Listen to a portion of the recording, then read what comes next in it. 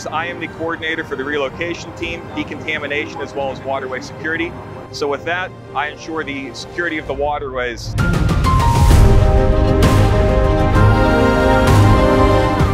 There's a lot of traffic that occurs not only on the streets, but also in the rivers over here. So anything that gets in close proximity to the UF complex, we have to ensure that it's done safely, efficiently, and that there's no threats to our protectees that are currently at the United Nations.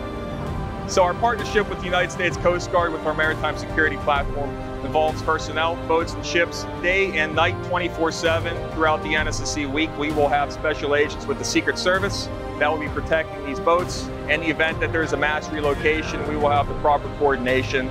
Another challenge that presents itself is the arrival of the President. That will involve Coast Guard ships to protect that, as well as NYPD Harbor units and FDNY units that will protect throughout that area to allow the safe, efficient landing of the President.